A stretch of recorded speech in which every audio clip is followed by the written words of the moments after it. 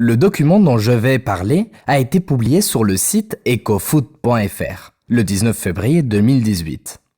L'auteur de l'article, Pierre Rondeau, nous parle des salaires exceptionnels des footballeurs professionnels et il pose la question suivante. Les footballeurs sont-ils trop payés ?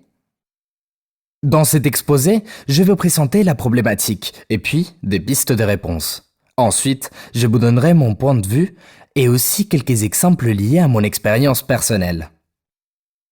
Alors, tout d'abord, je crois qu'il faut dire que c'est vrai que les footballeurs sont très bien payés.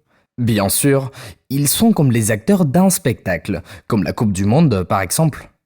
Ils contribuent au développement d'un club de football, ils participent à la célébrité d'une ville, d'un pays, et ils font gagner beaucoup d'argent aux dirigeants des clubs et à leurs agents.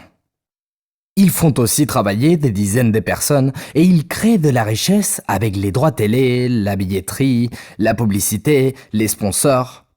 Par exemple, le joueur argentin Lionel Messi est un des meilleurs joueurs du monde et donc logiquement il est très bien payé.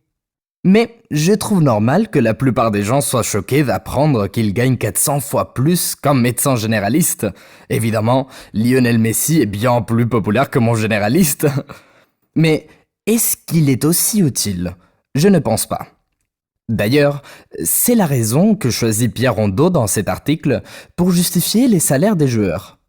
Il cite l'économiste David Ricardo qui dit qu'une marchandise utile est souvent considérée comme présente en quantité très importante et nécessite peu de travail pour la produire.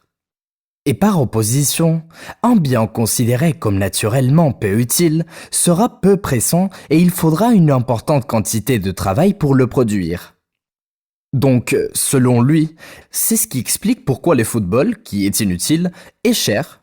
C'est la loi du marché. Ce qui est rare est cher.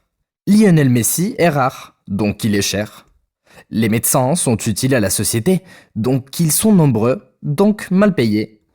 Je peux dire que mon médecin généraliste est assez mal payé.